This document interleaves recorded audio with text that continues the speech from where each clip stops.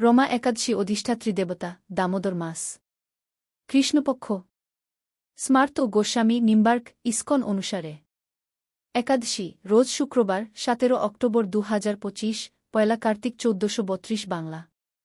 পারণ ISKCON অনুসারে পরদিন 5:56 পূর্বাহ্ন গতে 9:47 পূর্বাহ্ন এর মধ্যে। স্মার্ত গোস্বামী নিম্বার্ক অনুসারে পরদিন সূর্যোদয় থেকে 9:57 পূর্বাহ্ন এর মধ্যে। পুরাকালে মুচুকুন্দ নামে একজন সুপ্রসিদ্ধ রাজা ছিলেন। দেবরাজ ইন্দ্র, যম, বরুণ ও ধনপতি কুবেরের সাথে তার বন্ধুত্ব ছিল।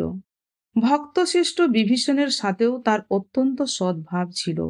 তিনি ছিলেন বিষ্ণু ভক্ত ও সত্য প্রতিজ্ঞ। এইরূপ তিনি ধর্ম অনুসারে রাজ্য শাসন করতেন। চন্দ্রভাগা নামে তার একটি কন্যা ছিল। চন্দ্রসেনের পুত্র শোভনের সাথে তার বিবাহ হয়েছিল। শোভন একসময় শ্বশুর বাড়িতে এসেছিল। দৈবক্রমে সেই দিন ছিল একাদশী তিথি। স্বামীকে দেখে পতিপরায়ণা চন্দ্রভাগা মনে মনে চিন্তা করতে লাগল, হে ভগবান, আমার স্বামী অত্যন্ত দুর্বল, তিনি ক্ষুধা সহ্য করতে পারেন না। এখানে আমার পিতার শাসন খুবই কঠোর। দশমীর দিন তিনি নাগরা বাজিয়ে ঘোষণা করে দিয়েছেন যে একাদশীর দিনে আহার নিষিদ্ধ। আমি এখন কি করি? রাজার নিষেধাজ্ঞা শুনে শোভন তার প্রিয়তমা পত্নীকে বলল, হে প্রিয়ে, এখন আমার কি কর্তব্য তা আমাকে বলো। উত্তরে রাজকন্যা বলল, হে স্বামী, আজ এই গৃহে এমনকি রাজ্য মধ্যে কেউ আহার করবে না। মানুষের কথা তো দূরে থাকুক, পশুরা পর্যন্ত অন্ন জল মাত্র গ্রহণ করবে না। হে নাগ, যদি তুমি এই থেকে পরিত্রাণ চাও তবে নিজে গৃহে প্রত্যাবর্তন করো। এখানে আহার করলে তুমি সকলের নিন্দা ভজন হবে এবং আমার পিতাও ক্ষুব্ধ হবেন। এখন বিশেষভাবে বিচার করে যা ভালো হয় তুমি তাই করো। সাধ্বী স্ত্রীর এই কথা শুনে শোভন বলল, হে প্রিয়ে, তুমি ঠিকই বলেছ, কিন্তু আমি গৃহে যাব না, এখানে থেকে একাদশী ব্রত পালন করব। ভাগ্যে যা লেখা আছে তা অবশ্যই ঘটবে।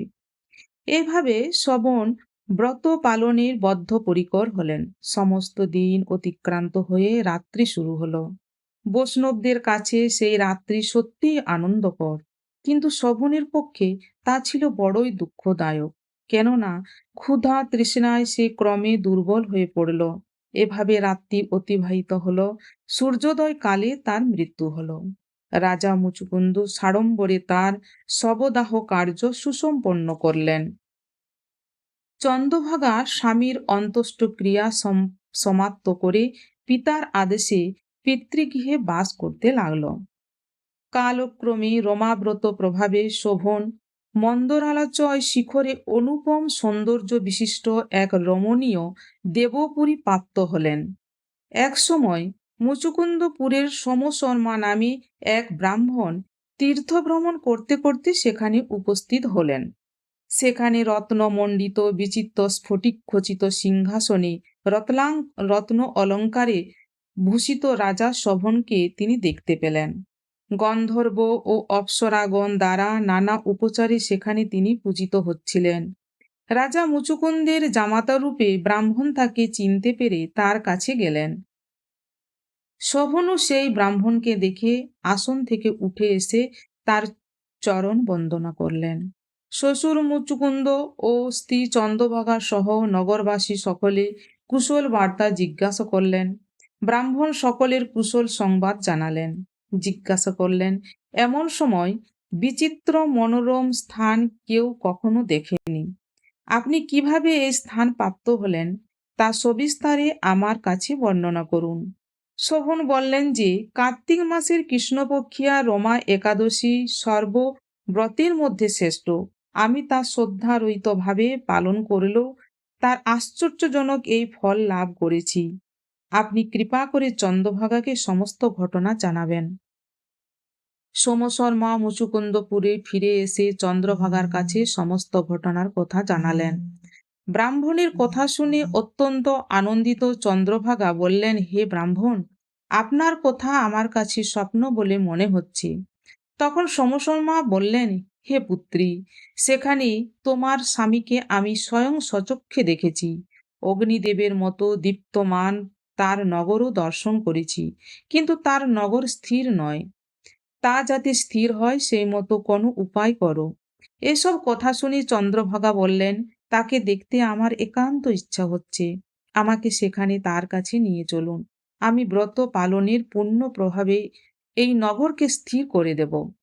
তখন সমসর মা চন্দ্রভাগাকে নিয়ে মন্দার পর্বতে বামদেবের আশ্রমে উপনীত হলেন। সেখানে ঋষির কৃপায় ও হরিবাসর ব্রত পালনের ফলে চন্দ্রভাগা দিব্য শরীর ধারণ করল। দিব্য গতি লাভ করে নিজ স্বামীর নিকট উপস্থিত হলেন। প্রিয় পত্নীকে দেখে শোভন অতীব আনন্দিত হলেন। বহুদিন পর স্বামীর সঙ্গ লাভ করে চন্দ্রভাগা অকপটে নিজের পুণ্য কথা জানালেন। হে প্রিয়, আজ থেকে 8 বছর আগে আমি যখন পিতৃগৃহে ছিলাম, তখন থেকেই এই রমা একাদশীর ব্রত নিষ্ঠা সহকারে পালন করতাম। ওই পুণ্য প্রভাবে এই নগর স্থির হবে এবং মহাপ্রলয় পর্যন্ত থাকবে। হে মহারাজ, মন্দারাচলয় পর্বতের শিখরে শোভন স্ত্রী চন্দ্রভাগা সহ দিব্য সুখ ভোগ করতে লাগলেন। পাপনাশিনী ও ভুক্তিমুক্তি প্রদায়িনী রমা একাদশীর মাহাত্ম্য আপনার কাছে বর্ণনা করলাম। যিনি এই একাদশীর ব্রত শ্রবণ করবেন, তিনি সর্বপাপ মুক্ত হয়ে বিষ্ণু লোকে পূজিত হবেন। হরে কৃষ্ণ।